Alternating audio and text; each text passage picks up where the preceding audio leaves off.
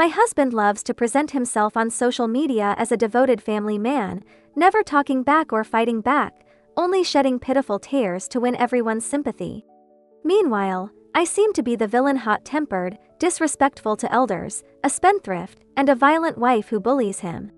It wasn't until my daughter was killed by my husband and mother-in-law that I went mad upon discovering the truth. Everyone comforted him, advising him to send me to a mental hospital and start anew.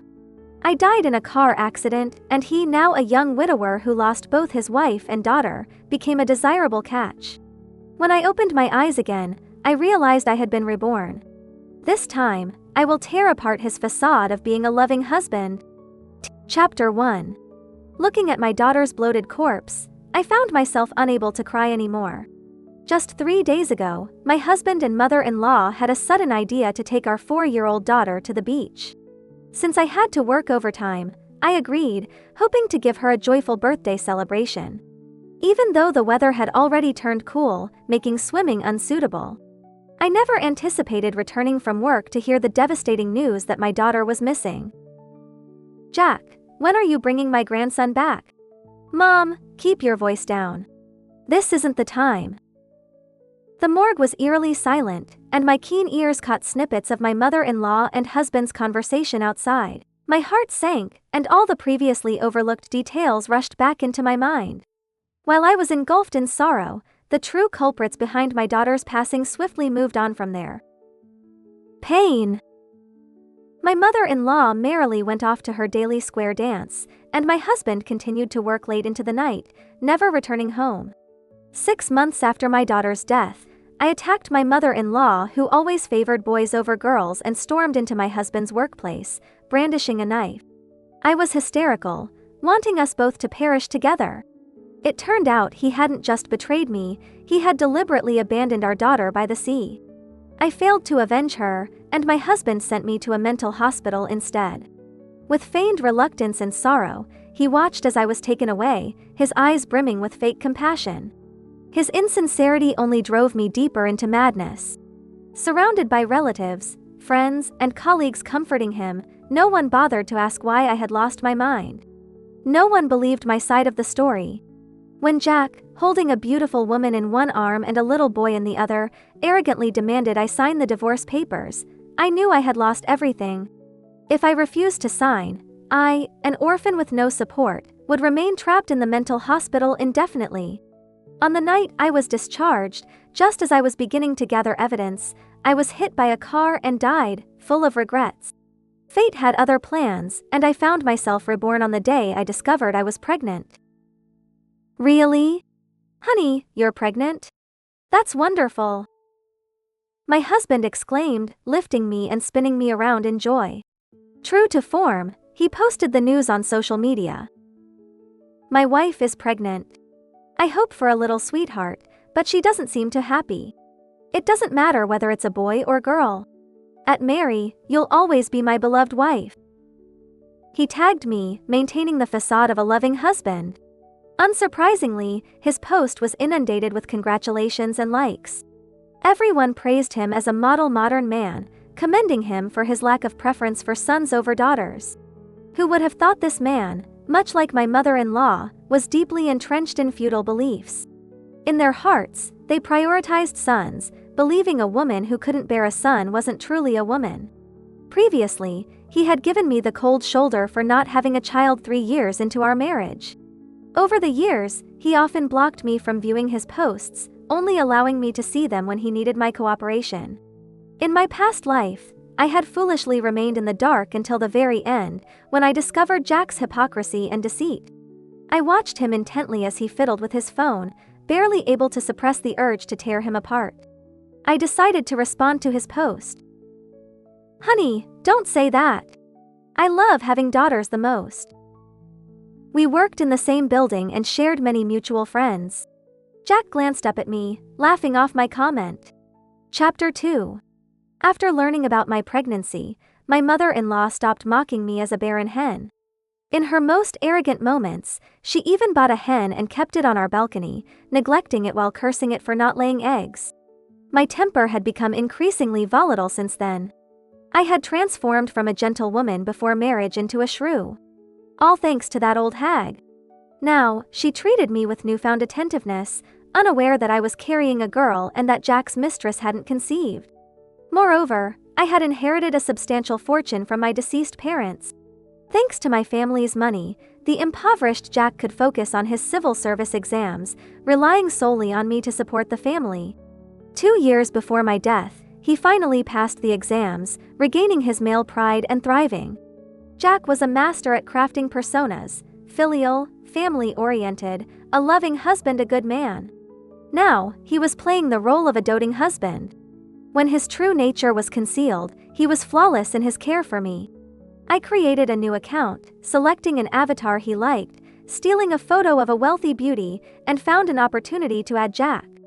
I pretended to be affectionate while watching his deceitful actions unfold behind my back. Over a minor disagreement, my wife argued with my mom and hit me when I tried to mediate. My wife cried, but I know she still loves me. I'm not hurt. Boo-hoo, my wife showed restraint. Jack posted a photo of an ice cream cone overturned in the trash alongside his swollen finger. He blocked me from seeing it. The truth was that I wanted durian and ice cream. The minor disagreement he referred to was my mother-in-law's long-standing desire to control our lives. Having accomplished little in her life, she loved to control us, from what we ate to what we wore, to assert her presence. It started with her forbidding me from eating my favorite foods. Her excuse was that pregnant women couldn't eat certain things, regardless of scientific validity. I had to obey her. In my previous life, she forbade me from eating durian, cherries, lamb, and fish. To save money, she used various superstitions to frighten me, forcing me to eat boiled vegetables, nearly causing malnutrition in early pregnancy. I couldn't argue with her, and my husband, without consulting a doctor, sided with her, both pressuring me to think of their son and grandson. They wouldn't buy me food or even let me go out to buy it myself. I cried in frustration and broke a bowl in anger. I hadn't laid a finger on him, yet he painted me as an unreasonable, hysterical pregnant woman. In my past life, I compromised many times for the sake of family harmony and my unborn child. This time, I wouldn't indulge them. I ordered lamb, fish, and a durian worth hundreds of yuan. When my mother-in-law returned, she exploded with anger. Amid her scolding, I calmly devoured most of the durian. As she saw the durian nearly gone, she sat on the floor and cried. When Jack returned, he immediately sided with his mother, scolding me. I dumped the ice cream on his head. When he pointed at me, calling me crazy, I twisted his finger hard. He screamed and howled in pain. Not so doting now. He and his mother rushed to the hospital like their pants were on fire. Then he posted a misleading update filled with lies on social media. His boohoo post attracted sympathy and criticism for me, along with admiration for him. Don't worry, pregnancy hormones make women emotional. Be patient with her. She's pregnant, she needs to watch her diet. She's too volatile. Jack is such a good man, so calm. He doesn't hit back or talk back, he's not afraid of his wife, he loves her. How can she not appreciate such a good husband? Oh Jack, does it hurt? I sent a sweet, coquettish voice message from my new account. Jack took the bait, flirting back with me. I glanced at the hidden camera I had set up earlier and smiled. He enjoyed painting me in a bad light, didn't he? It would be delightful to see his expression when I exposed him. Chapter 3. Jack's finger wasn't broken, but he acted like a lord. When he got home, I apologized to him. Neither he nor my mother-in-law showed me any kindness, and Jack even started sleeping in a separate room. The next day, I brought an extravagant takeout box to his workplace to make peace. When I arrived, Jack was whispering with a flamboyantly dressed woman. They quickly separated upon seeing me. The woman was Lily, 2 years older than I, a temporary worker at Jack's office. I had met her once in my previous life. She had mocked me, calling me a mentally ill, resentful woman. She had pressured me to divorce Jack, flaunting her illegitimate child in front of me and taunting me about my deceased daughter. Here she was again in this life. In front of his colleagues, I spoke gently. Honey, I was wrong. You and Mom won't let me eat certain things, even though the doctor said it was okay. But Mom only gives me boiled vegetables, and I'm worried about the baby's nutrition. Can you forgive me? My mom doesn't always give you boiled vegetables. Jack said, his expression twisting for a moment as he quickly denied it. True, she didn't always serve boiled vegetables. Whenever Jack was home, the table was laden with dishes full of chili and cilantro, which I was allergic to and couldn't touch. In my previous life, I had countless arguments with my mother-in-law and husband about this, with my mother-in-law conveniently forgetting every time. After my outbursts, they would act pitiful in front of others. Jack often wrote lengthy posts, while my mother-in-law relentlessly spread rumors about my so-called unreasonable behavior. They would retreat, only to advance again, continuing to torment me until I felt driven to the brink of madness. Ah, I misspoke. You and Mom are so good to me, I said, covering my mouth and feigning terror as I lowered my head. I could play the innocent act too. In Jack's narrative, his colleagues and friends believed I was a fierce dragon lady, surprised to find I was quite different in person. His colleagues exchanged knowing glances. Mary, don't scare Jack. He's afraid of kneeling on a washboard at home, haha. One of them joked. Lily, the mistress, laughed, covering her mouth with mockery in her eyes. I shot her a cold stare. How do you know my husband kneels on a washboard? Have you seen it? We don't even have one at home. A young, handsome colleague tried to lighten the mood with a smile. Wow, Mary, what did you bring? We can smell it from here. I smiled back, then an idea sparked. Turning to Lily, I said, Oh, you're the colleague Jack often praises for taking care of him? He speaks very highly of you. You seem a bit older, do you have a boyfriend? Should I introduce you to a young talent? Her smile froze, and Jack quickly intervened, praising my hard work and health as he ushered me out of the office. I left, feeling satisfied. That evening, Jack posted a new update. My wife argued with my mom again. This time, I stayed silent. She beat me up, and I left home for a while. Looking at the heavy rain outside, I regretted it. I should have let her hit me more. After all, I'm tough. Boo-hoo! He included a selfie of himself looking pitiful, drenched under an eave. His post drew more sympathy and concern, solidifying my image as the unreasonable, volatile pregnant woman. Little did they know how different he was in front of me. Chapter 4. When Jack returned home from work, he was in a foul mood, immediately accusing me of causing trouble at his office. My mother-in-law quickly sided with him, seizing the opportunity to criticize me for not eating her food and claiming I was ungrateful for her kindness. However, she conveniently omitted the fact that the food was days-old leftovers from the fridge and that the shrimp she had prepared for me were rotten ones she had salvaged from the market. In my previous life, I had eaten those shrimp, resulting in vomiting and diarrhea. I spent a night on an 4-drip in the hospital and nearly miscarried. Sometimes I wondered if the old woman even wanted a grandchild. Whenever I disobeyed her, she would go to great lengths to make my life miserable. I could no longer tolerate their behavior. Under the watchful eye of the surveillance camera, I loudly confronted my mother-in-law, laying everything bare. Do you even know I'm pregnant? Are you trying to kill me so my husband can remarry? Boo-hoo! As my emotions escalated, I slapped Jack hard enough to almost knock him off balance. My mom meant well. She's my mother. Don't be so dramatic. What's so special about being pregnant? Jack's impatience was evident. In response, I flipped the table. He called me unreasonable and stormed out. I knew he wouldn't be coming back tonight, he would definitely go to Lily's place. In my previous life, I woke up in the hospital, startled by the sound of thunder. My husband, who should have been by my side, was nowhere to be found. My mother-in-law had long since gone home to sleep. Frightened, I called him, only to have a strange woman answer. She sweetly handed the phone to Jack. He didn't comfort me or explain who was with him, he simply stated he was working late and hung up without hesitation.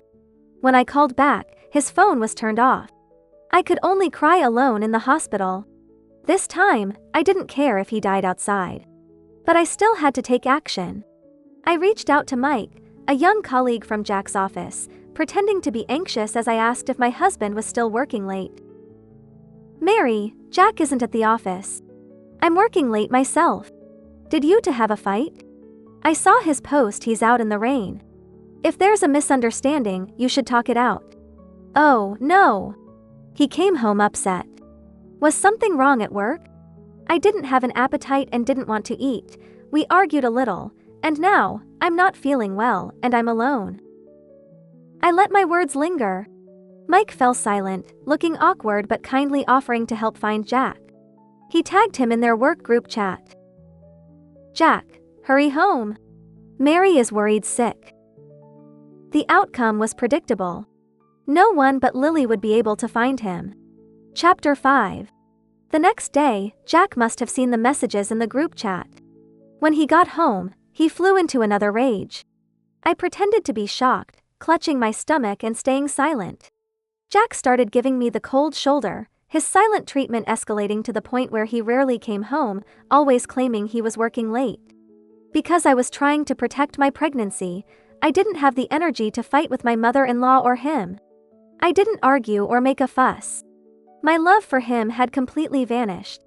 Unlike in my previous life, I didn't hysterically beg him to come home. I went to my prenatal checkups alone, cooked for myself, and did everything on my own. I had mixed feelings about the daughter growing inside me. On one hand, I couldn't bear to part with the little girl who had been with me for 4 years in my previous life. On the other hand, I didn't want to have a child with a scumbag. The doctor said my body wasn't suitable for an abortion, and if I terminated the pregnancy, it might be difficult for me to conceive again. So, I decided to keep her. As for my mother-in-law, she would cook for me when she was in a good mood, and when she wasn't, she would go out to play mahjong. She was quite happy to see the discord between me and Jack. Compared to Jack's cold and selfish behavior towards me, he maintained a sunny, kind, and patient image in front of others.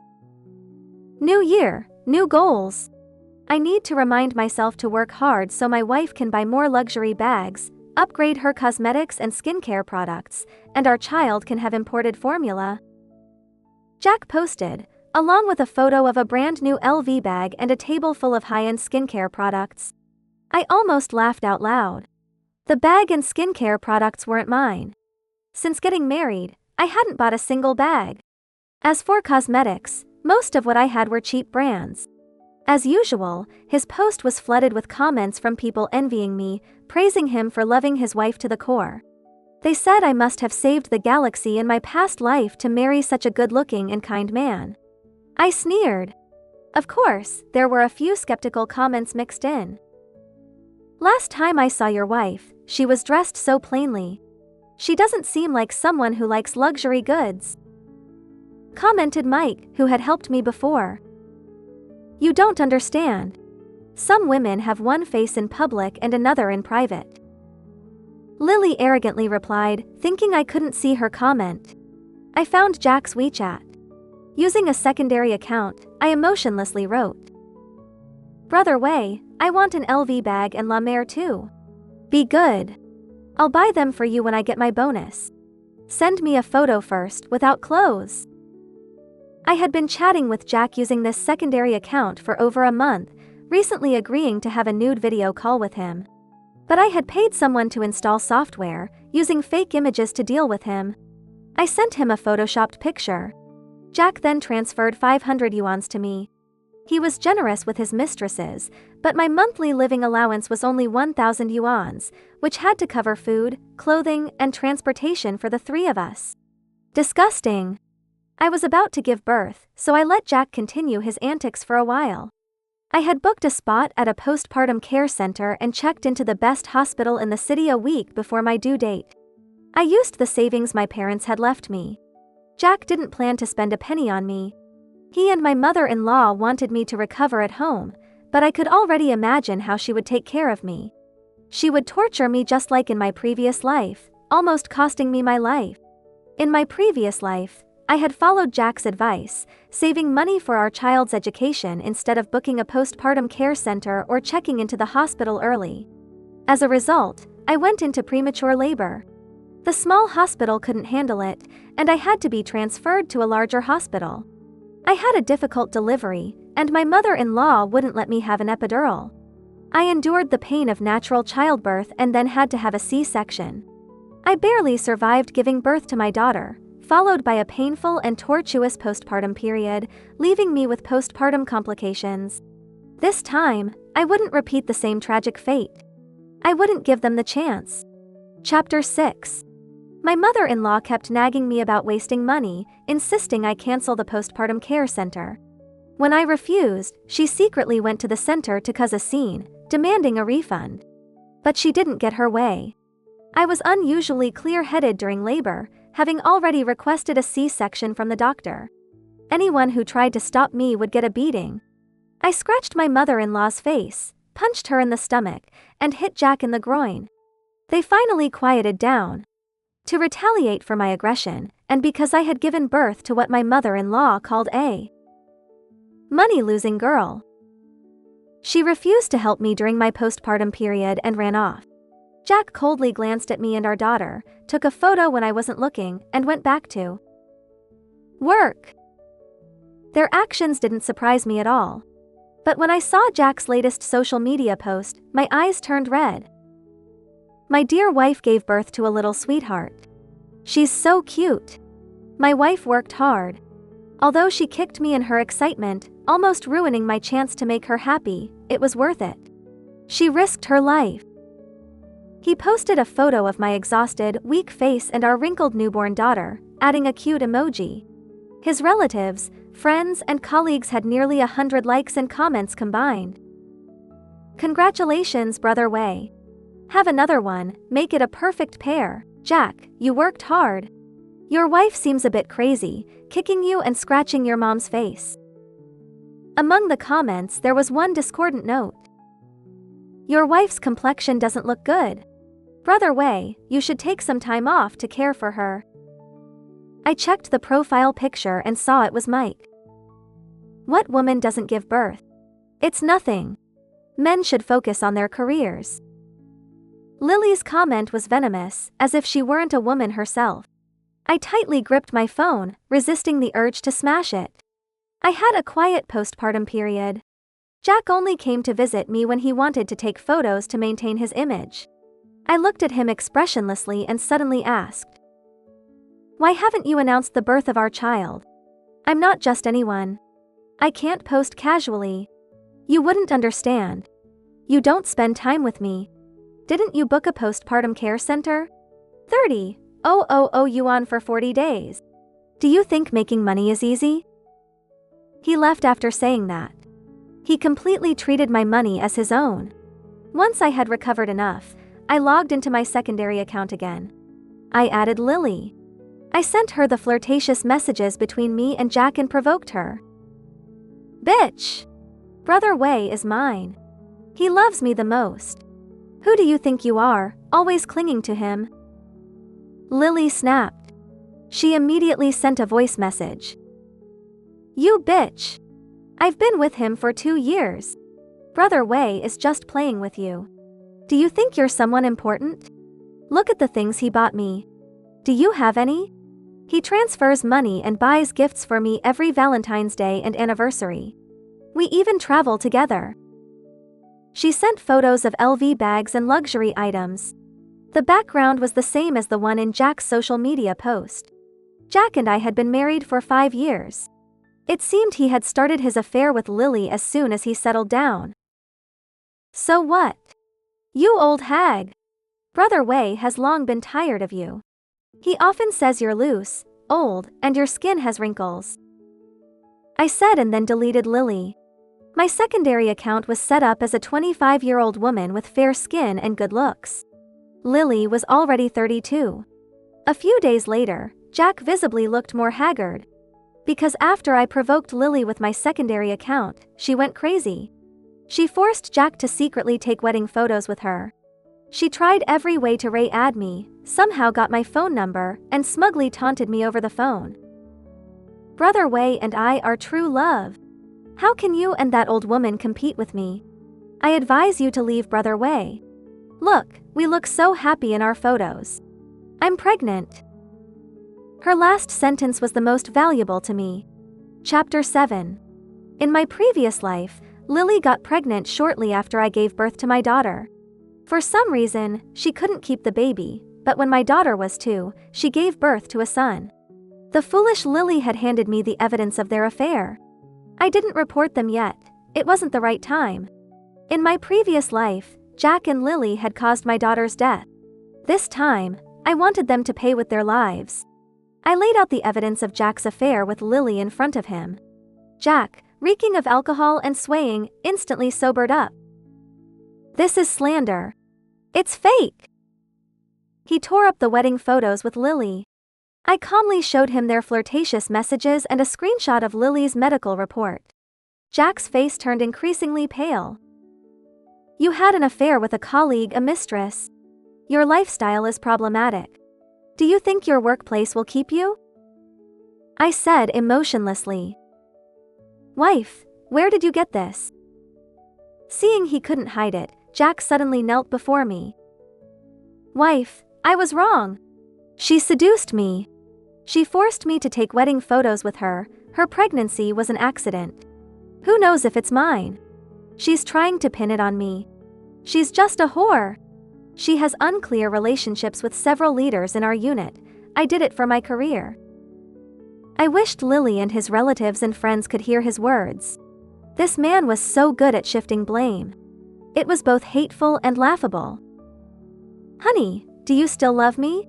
Our daughter is so young. How could you do this to us? Boo-hoo." My daughter started crying from her crib. I soothed her while looking at him with resentment. "Wife, I'll cut ties with that woman. We're a family." To show his loyalty, Jack called Lily in front of me. He not only questioned the paternity of her child but also told her not to bother him anymore. Ignoring her crying, pleading, and threats, he blocked her. "Wife, if I ever do anything to betray you again, may I die a horrible death." Jack swore, pointing to the light in the living room. I pretended to trust him, but inside, I felt nothing. I even wanted to laugh. This scumbag hadn't even deleted my secondary account. I made Jack write a guarantee letter. He hesitated but eventually did it. I destroyed the evidence of his affair in front of him. But he didn't know I had plenty more evidence. I didn't know how Jack placated Lily in private. Lily quieted down for a while, and Jack's life remained unaffected.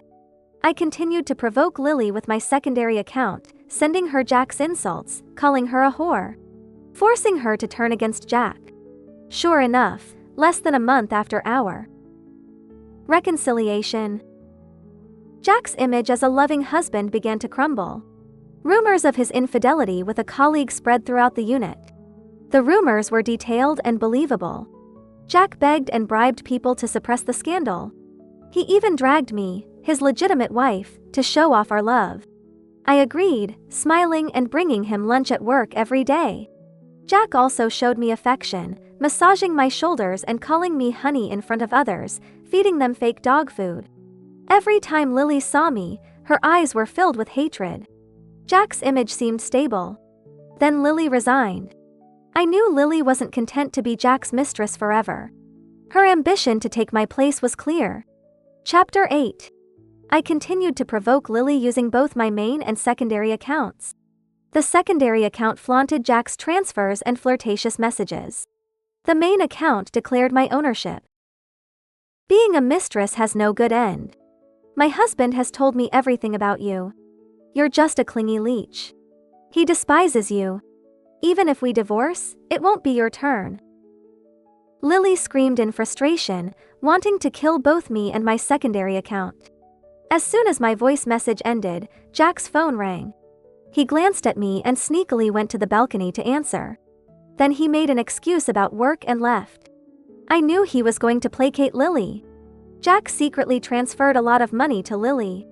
I immediately sued Lily to reclaim my property. I used my daughter and the secondary account to distract Jack. As her belly grew, Lily was increasingly neglected by Jack. Perhaps Lily had truly fallen for Jack's fake tenderness. One day, unable to bear it any longer, she stormed into Jack's workplace cafeteria, her pregnant belly showing, demanding he acknowledge their love, forcing Jack to divorce me. Brother Wei, you don't love that old woman.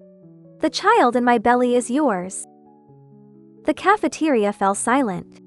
Jack's face turned pale. He shouted that Lily was crazy. Holding my shoulder, he righteously declared, "This is my wife. Don't make baseless accusations. I have nothing to do with you. Don't slander me because I rejected you. My heart and soul belong to my wife. Security, come here. You're lying. You said you loved me in bed, that you wanted to kick her out. You even said if the baby is a boy." Lily shamelessly revealed their bedroom secrets. I coldly watched the farce. Lily's delusional thinking amused me. Because of her, Jack lost face in public. If it cost him his job, what good would come to Lily? Men are realistic and selfish. Shut up. Jack gritted his teeth at Lily. He grabbed her arm, trying to drag her away. Seeing my victorious look, Lily seemed to have given up. In their struggle, Jack accidentally kicked her belly. Both an ambulance and police car arrived. Lily had a miscarriage and was reportedly unlikely to conceive again. Jack was taken away by the police. He was investigated by the organization. I sent all the evidence of Jack's affair with Lily and my secondary account to the disciplinary committee. To completely ruin Jack, I anonymously reported his corruption and embezzlement, even without direct evidence. Although Jack had only been employed for 2 years, his position held some power. In my previous life, after Lily gave birth to their illegitimate son, Jack bought her the best apartment in the city center and a mid-range car. But his salary couldn't possibly cover that. The money he transferred to her likely came from dubious sources. Some people, fooled by Jack's persona, believed he was a victim of Lily's schemes, pitying him and insisting he wasn't the type to betray his wife. I used Mike to expose Jack's hypocrisy, posting surveillance videos of his double life in their work group chat. Jack's image as a loving husband and good person completely collapsed. He was fired, and if his corruption was proven, he would face prison. As Jack, now destitute, awaited his final judgment, my long-absent mother-in-law reappeared from the countryside. She barged into my home, pointing at me and loudly accusing, "My son should never have married you, you jinx. You couldn't even keep a man. My poor son." I wondered where she got the confidence and audacity to blame me. Shouldn't she be trying harder to keep me from divorcing her son? She was both stupid and evil. Chapter 9. Looking at my mother-in-law's wrinkled, contorted face, I remembered my daughter only lived to be 4 in my previous life. Anger surged within me. To welcome their illegitimate son, they had taken my daughter to the beach, abandoning her when it was quiet. They watched from a distance as the little girl, frantically searching for her grandmother and father, disappeared into the sea. They pretended to be anxious, even delaying the police report by an hour. Initially, the police and I thought it was a tragic accident caused by negligence. But I noticed the strange behavior of these 2 beasts and discovered Jack's affair and illegitimate child. Piecing everything together, I concluded it was deliberate. They even wanted to drive me insane to inherit my parents' estate. Killing 3 birds with 1 stone. Even a tiger wouldn't eat its cubs, but they were utterly heartless. Unfortunately, I had no evidence to prove my daughter's accident was intentional. This time, Jack's career was ruined and he was in prison. Only the old witch was left. "You old hag, your son was caught for corruption and infidelity. He deserved it. He's a scumbag, and as his mother, you're responsible for raising such trash. You bitch." The old woman could only curse me. "Oh, by the way, you're right. Your son's downfall was all my doing. I found out about his affair long ago. I collected the evidence and provoked the mistress. She had a miscarriage and your precious grandson is gone. It's truly satisfying." I provoked the old woman until her face turned red. She glared at me, ready to fight to the death. But how could an elderly woman be a match for me, a young and fit person? She fell to the ground, cursing me with the vilest language. My daughter, awakened by the noise, started crying. The old woman suddenly stood up and rushed into the bedroom. My face changed, and I chased after her. She had pushed the nanny, who was bleeding from her forehead. The old woman, looking triumphant, was holding my daughter, threatening to throw her out the window. We lived on the 6th floor, with no safety bars installed. "Bitch! You got my son imprisoned. I'll kill your daughter." The old woman glared at me viciously. I was terrified, begging her to let my daughter go. "I'll give you all the money you want. My parents left me a lot. Just let the baby go. She's your granddaughter," I shouted. "She's just a child. Can't we talk this out? Don't do anything rash." The nanny also tried to persuade her. "None of your business. Get lost. Sister, think carefully. This child is your granddaughter. We can't do anything illegal." The old woman was momentarily distracted. I suddenly lunged forward and kicked the old woman. She toppled over, and in her scream, the nanny grabbed my daughter back. I looked at my daughter's tear-streaked face with relief and then glared at the old witch lying on the floor. Her leg was broken from my kick. She groaned in pain, still cursing, her hand reaching towards my daughter. I kicked her again, breaking her wrist. The old woman was taken away by the police. I made a point to visit Lily, who had lost her chance at motherhood, and informed her of Jack's trial date. She was no longer the glamorous woman she once was, now looking like a walking corpse. Jack confessed to me in the detention center. He doesn't want to divorce me. He said he never loved you. You were just a convenience. Hearing my words, her eyes flickered. On the day of Jack's trial, I attended the court session and witnessed a dramatic scene. Jack was sentenced and then died at the courthouse entrance. As soon as he left the courthouse, Lily, who had blended into the crowd, stabbed him 4 times, each strike hitting a vital spot. Upon hearing of Jack's death, I couldn't wait to inform my mother-in-law in the detention center. Her already small eyes widened to the size of saucers, muttering, "Impossible." I showed her Jack's death certificate. She let out a wail and fainted, rushed to the hospital for emergency treatment. Unfortunately, her wretched life was spared. But she had a stroke and was paralyzed. She would spend the rest of her life bedridden, unable to speak or move. I celebrated with friends for 3 days, using part of the marital assets Jack left behind to place her in the worst, cheapest nursing home. Justice was served. After that, I no longer cared about her fate. I took my daughter and our assets, moved to a new place, and started a new life.